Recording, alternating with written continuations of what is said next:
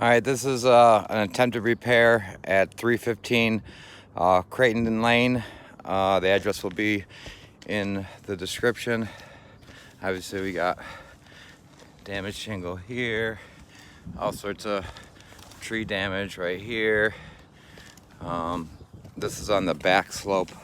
There's damage to the gutter.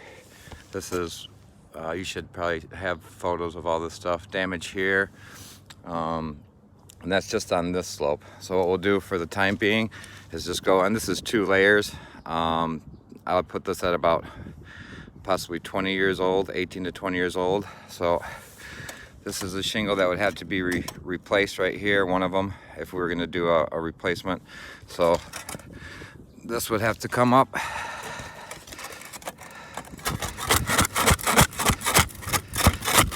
Again, it's 2 layers.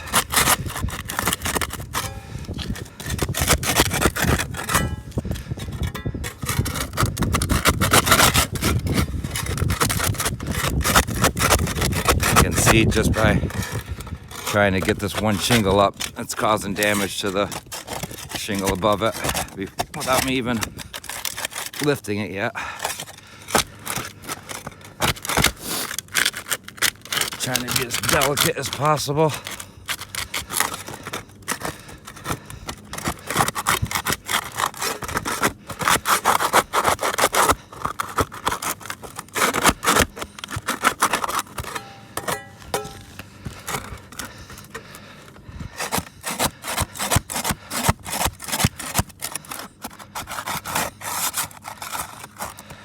Okay.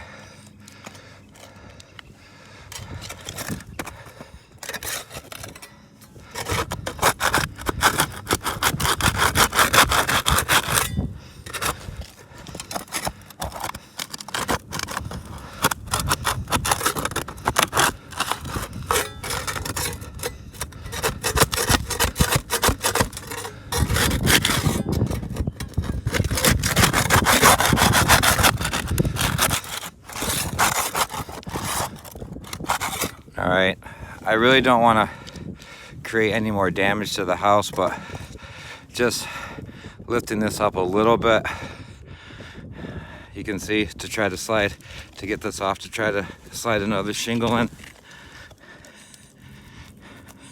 I have to come up to about right here, right there. You have the key. Oh, there's that. Right there, if you look in, how the key lifts when you pull the shingle up. So then there's a whole nother layer underneath this. And then if you look closely where the shingle's coming up, you can see that the line right there where it creases the shingle. This is certainly not repairable by any stretch of the imagination.